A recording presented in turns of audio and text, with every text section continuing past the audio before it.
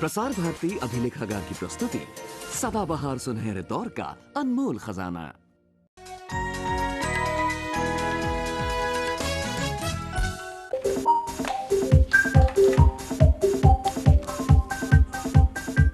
अरे दीपिका, ये तुम क्या कर रही हो?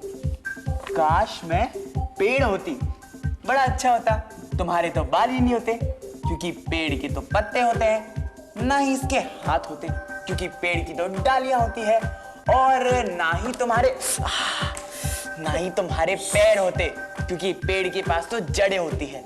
वैसे एक तरह से अच्छा ही होता अगर ये पेड़ होती।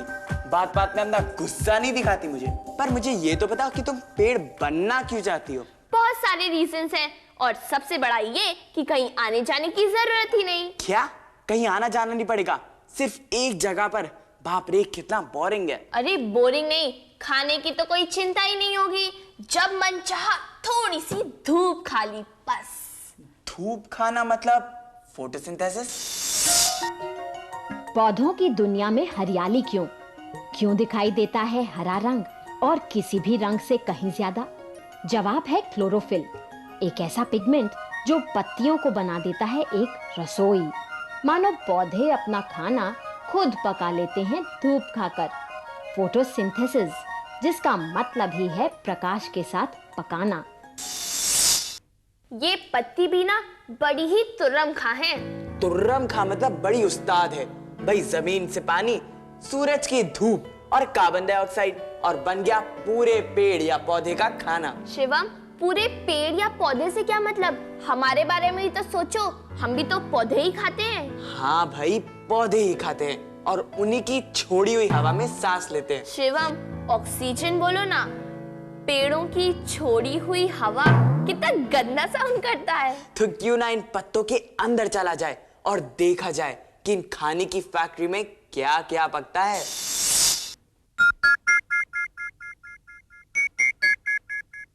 पत्तियों को यूं देखो तो वो कुछ नहीं करती, लेकिन अगर पत्ती के अंदर जा पाते तो हमें दिखती खाना बनाने की पूरी फैक्ट्री।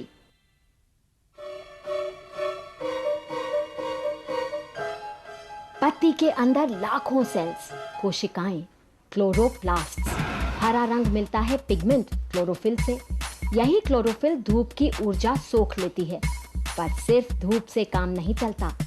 पत्तियों के नीचे हैं खिड़कियां, स्टोमाटा, छोटी, माइक्रोस्कोपिक।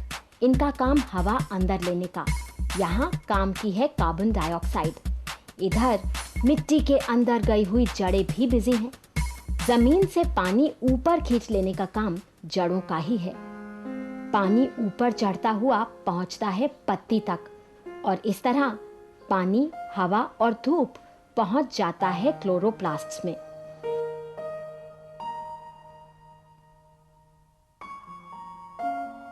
अब खाने की फैक्ट्री काम में जुट जाती है। इंग्रेडिएंट्स कच्चा माल है, पानी और कार्बन डाइऑक्साइड। ईंधन या शक्ति सूरज की रोशनी। होता है एक बहुत ही जटिल केमिकल रिएक्शन, रासायनिक प्रक्रिया, जिसमें ग्लूकोज बनता है और ऑक्सीजन गैस भी। पानी भी प्रोड्यूस होता है। फोटोसिंथेसिस से बना ग्लूकोज तो पौधों में जमा होता जाता है, पर ऑक्सीजन बाहर निकलकर वातावरण में मिल जाती है। वही ऑक्सीजन जिसके बिना हम जिंदा नहीं रह सकते। एक परफेक्ट रिश्ता। फोटोसिंथेसिस प्रकृति का अजूबा है। यहाँ सूरज की ऊर्जा खाना बनकर पौधों में कैद हो जाती है।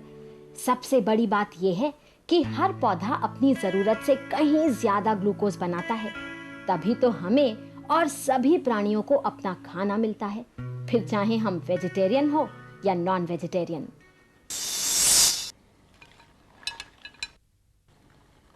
हाय केटू। हेलो केटू, ये वाओ केटू, ये आप कहाँ से लाई? है ना मजेदार, मेरे उतकू फुतकू। उदकू फुदकू, सो क्यूट केटू। आपके मतलब ये आपने बनाए हैं?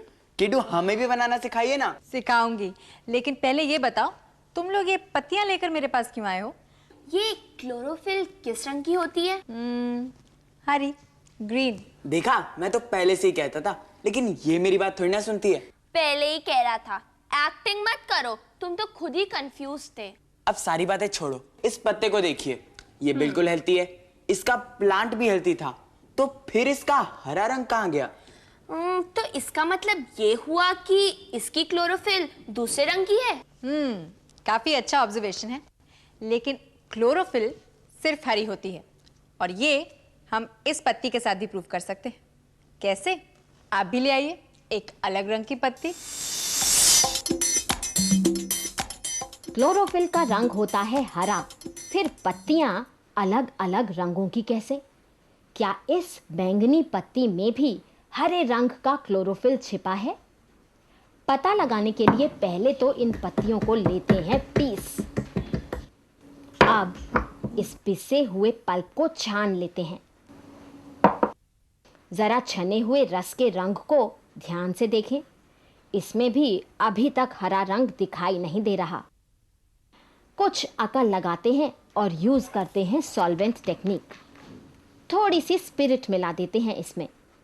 अब देखिए, बैंगनी अलग, हरा अलग। क्लोरोफिल का पिगमेंट तो सिर्फ हरा ही होता है, मतलब हरे पत्ते हरे रंग की वेवलेंथ को रिफ्लेक्ट कर देते हैं और बाकी वेवलेंथ के प्रकाश को यूज करते हैं। क्लोरोफिल को तो आप जान गए हैं, लेकिन क्या आप जानते हैं कि एंथोसायनिन उस पिगमेंट का नाम है जो बैंगनी और लाल रंग देता है। पीला और नारंगी रंग देने वाला पिगमेंट है कैरोटीन। कैरोटीन आसानी से नष्ट नहीं होता, इसीलिए मुरझाई पत्तियां पीले रंग की होती हैं।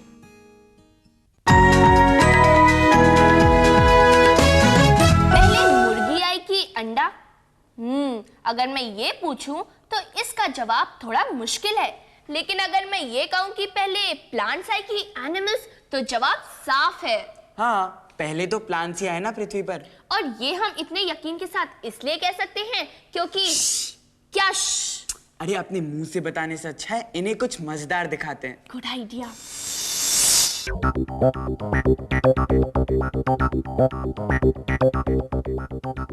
करोड़ों साल पहले पृथ्वी जन्म ले रही थी। ज्वालामुखियों से उगली गैसेस ने पृथ्वी का पहला वातावरण बनाया। ये आज के वातावरण से बिल्कुल अलग। ऑक्सीजन नहीं थी इसमें। फिर बादल बने, बारिश से पृथ्वी ठंडी पड़ती गई, समुंदर और नदियां बन गए और पानी में जन्मे पौधों के प्रथम रूप जैसे ब्लू ग्रीन एल्गे। ऑक्सीजन बनने लगी, पौधे विकसित होते गए और वातावरण में ऑक्सीजन छोड़ते गए। इतनी ऑक्सीजन बनने में करोड़ों वर्षों का समय लगा और उसके बाद ही ऑक्सीजन में सांस लेने वाले प्राणियों का जन्म हुआ। दीपिका और शिवम ने ये तो पता लगा ही लिया कि पौधे हमसे पहले आए। हम मतलब ऑक्सीजन में सांस लेने वाले सभी प्राणी। लेकिन क्या आप जानते हैं कि कई पौधे चोर होते हैं? हाँ, दूसरों से मांग कर या चुरा कर खाना खाते हैं और कई बन जाते हैं नॉन वेजिटेरियन। चट, कीड़े मकोड़ों को भी चट कर जाते हैं। देखिए,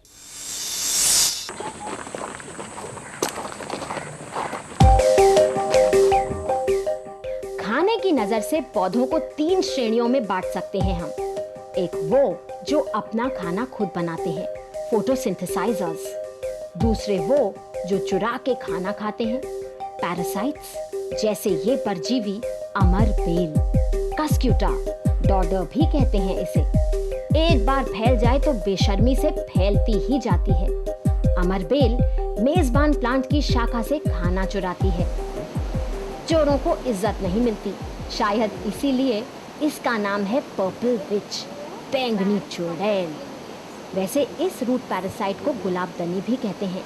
ये सीधे जड़ से खाना चुराती है। सर्वाइवल ऑफ द फिटेस्ट, प्रकृति का नियम।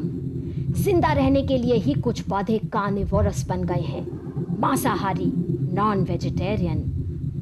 पिज्जा प्लांट खाना कैसे पकड़ता है, खुद देखिए।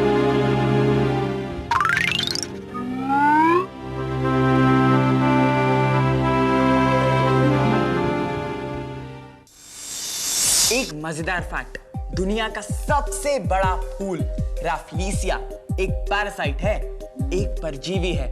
वो भी अपना खाना खुद नहीं बना सकता। फूल, इसकी स्मेल पता है आपको कैसी है? सड़े हुए मांस की जैसी। वैसे सोचा जाए तो हमारी नाक पेड़ों की पत्तियों की जैसी तो काम करती है। हमारी नाक? पर मुझे ऐसा लगता है कि हमारी नाक सिर्फ टमाटर की तरह काम करती है। वो तो हमारी लंग्स होती है जो पेड़ों की पत्तियों की तरह काम करती है। हमारे फेफड़े स्पंज की तरह है हमारी लंग्स। स्पंज जैसे सॉलिड?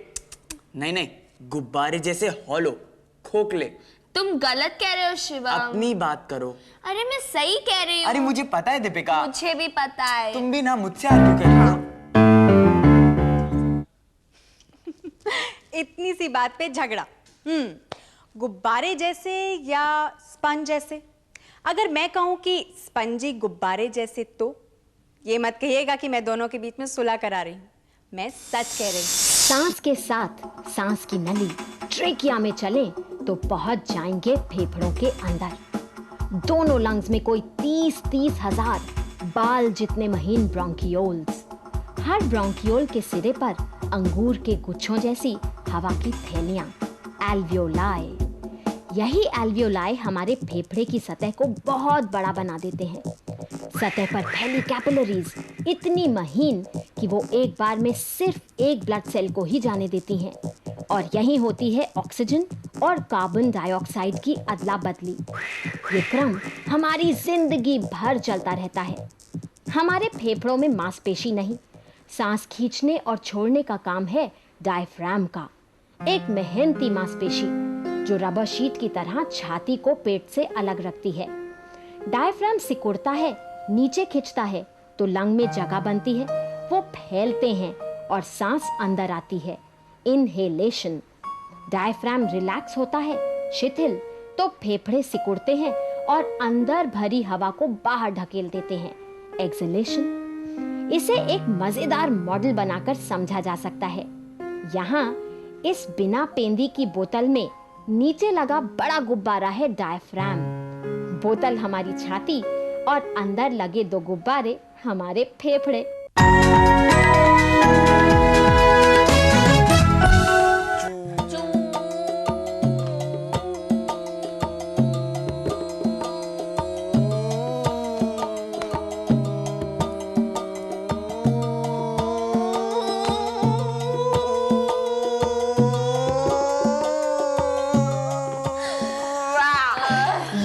मैं जीत गया। भाई लंग कैपेसिटी की बात हो या ब्रेन कैपेसिटी की, मेरी बात तो कुछ और ही है। हाँ, तुम्हारी तो तारीफ करने की बात भी कुछ और ही है। अरे बाप रे, लड़ाई शुरू। लंग कैपेसिटी टेस्ट हो गया तुम दोनों का। अब देखो मैं क्या लाई।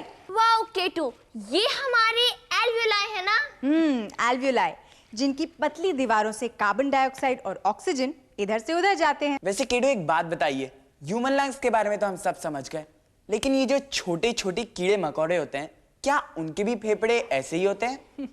नहीं होते, इसलिए उनका खून भी लाल नहीं होता।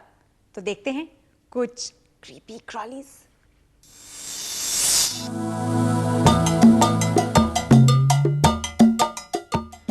अगर हमारे पेट में बहुत सारे छेद होते जिनसे हम सांस ले सकते, तो कीड़े मकोड़े ऐसे ही सांस लेते हैं। उनके लंग्स यानी फेफड़े नहीं होते, बल्कि शरीर के दोनों तरफ छोटी छोटी ओपनिंग्स होती हैं, स्पाइरकल्स। स्पाइरकल्स ढेर सारी नलियों से जुड़ी हैं और हर कोशिका तक सीधे ऑक्सीजन पहुंचा देती हैं। हमें पता चला है कि पक्षियों के लंग्स होती हैं, लेकिन हमारी लंग्स से बिल्कुल अलग। उनकी लंग्स दोनों तरफ से खुली होती है, एक तरफ से हवा अंदर आती है और दूसरी तरफ से बाहर। और उनकी सांस लेने की कैपेसिटी हमसे बहुत ज्यादा होती है। वैसे हमारी लंग्स भी कम नहीं, वो तो हम अपनी बुरी आदतों से उसे खराब कर लेते हैं। बुरी आदत मतलब सिगरेट पीना या बीड़ी पीना? हाँ, हम नहीं पीते, पर बड़े तो पीते हैं ना।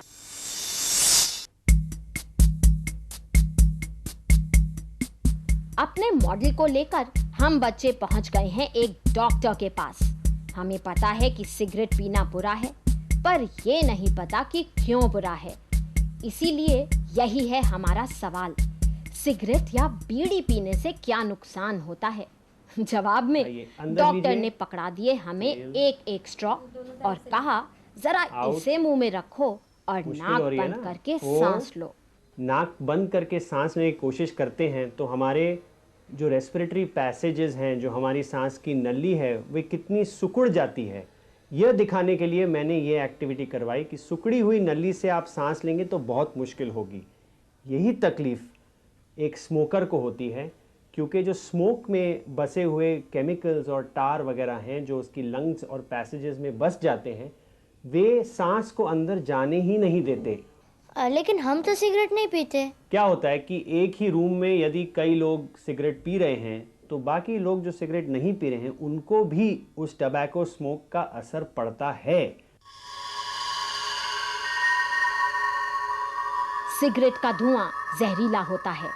तार, आर्सेनिक, बेंजीन और फॉर्मेल्डिहाइड जैसे खतरनाक कण और गैसेस उसमें मिले होते हैं। ये धीरे धीरे हमारे लंग्स को खराब कर देता है। सांस की नलियां सिकुड़ जाती हैं और एल्वियोलाई खत्म। नतीजा बीमारी। तो आप सोचिए, आप बेसिकली एक केमिकल फैक्ट्री मुंह में जला के ले रहे हैं। Why do we hiccup? हमें हिचकी क्यों आती है? जब हम हॉट कॉफ़ी, हॉट टी, मिर्ची वगैरह खाते हैं तो हमारा स्टमक इरिटेट होता है। स्टमक इरिटेट होने की वजह से डायफ्राम पे प्रेशर आता है और ये डायफ्राम एक स्पास्मोडिक कॉन्ट्रैक्शन में चला जाता है। ऊपर की तरफ ये कॉन्ट्रैक्ट करता है। जब ये कॉन्ट्रैक्ट करता है तो एक तरह से हवा बाहर निकलती है, जिसको हम हिचकी कहते हैं। हम यौन क्यों करते हैं? हमें उबासी क्यों आती है? हमारे दिमाग में और हमारे लंग्स में ऐसे सेंसर्स हैं, ऐसे पिकअप पॉइंट्स हैं, ऐसा एक मैकेनिज्म है जो ये कार्बन डाइऑक्साइड लेवल को डिटेक्ट करता है। जब कार्बन डाइऑक्साइड लेवल एक हद से ज़्यादा हो जाता है तो हमारे ब्रेन को समझता है कि हमें लंबी सांस की अब ज़रूरत है, तो फिर डायफ्राम सडनली एक्सपैंड होता है और लंग्स टोटली इंस्पायर करते हैं बाहर की हवा और हम बहुत सारी ऑक्सीजन बाहर से अंदर लेते हैं। मजेदार जानकारी। उबासी, बहुत सारी ऑक्सीजन एक साथ। हिचकी किसी की याद करने पर नहीं, बल्कि होता है डायफ्राम परेशान। डॉक्टर ने बताई एक और नई बात हमारे ही मॉडल के साथ। स्वस्थ लंग्स के लिए एक सही पोस्चर जरूरी। हम झुककर बैठें या चलें तो लंग्स को फैलने के लिए पूरी जगह नहीं मिलती। हम गहरी सांस अंदर नहीं ले पाते। स्वस्थ लंग्स के लिए ही जरूरी है एक्सरसाइज, खेल कूद और ताज़ी हवा भी। खेलते समय हमारी मांसपेशियां ज़्यादा ऑक्सीजन मांगती हैं। ऐसे में फेफड़े अच्छी तरह काम करते हैं, उनकी क्षमता, कैपेसिटी बढ़ जाती है। ये हमारे स्वास्थ्य के लिए बहुत अच्छा है। और क्या होता है?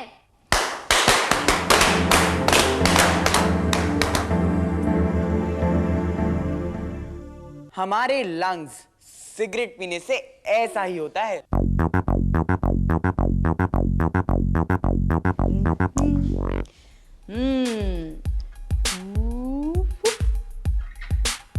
मैग्नेट्स वाकई बहुत मजेदार होते हैं। इनके चाहे जितने भी छोटे छोटे छोटे टुकड़े कर दो, इसमें हमेशा रहते हैं इसके दोनों पोल्स, मतलब एक नॉर्थ पोल और एक साउथ पोल।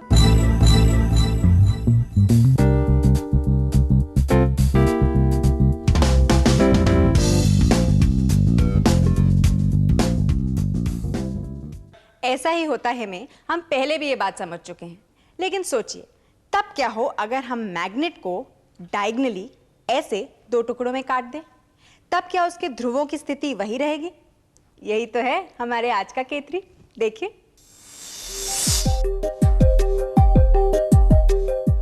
हर मैग्नेट में दोनों पोल्स होते ही हैं, फिर चाहे वो किसी भी आकार के हों।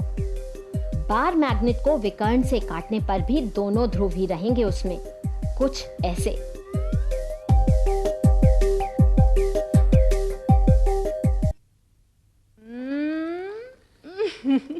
मेरे उदकू फुदकू। वैसे मजेदार चीजें शेयर करने में और भी मजा आता है, इसलिए ये उदकू फुदकू बना तो लिए। कैसे बनाए अब देखते हैं।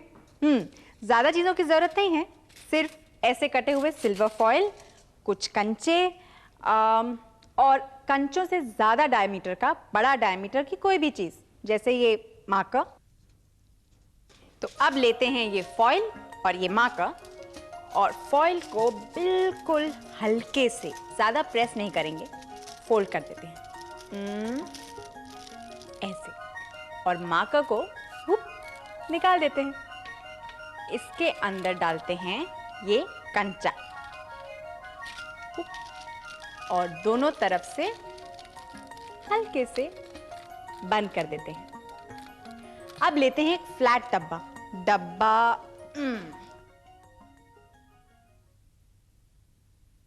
अब डब्बे को सिर्फ इस तरह, ताकि दोनों एंड्स अच्छे से प्रेस हो जाएं, हिलाते हैं जोर से।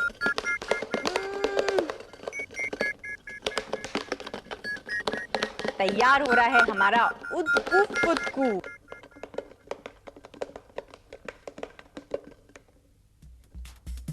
हमारा उदकू फुदकू।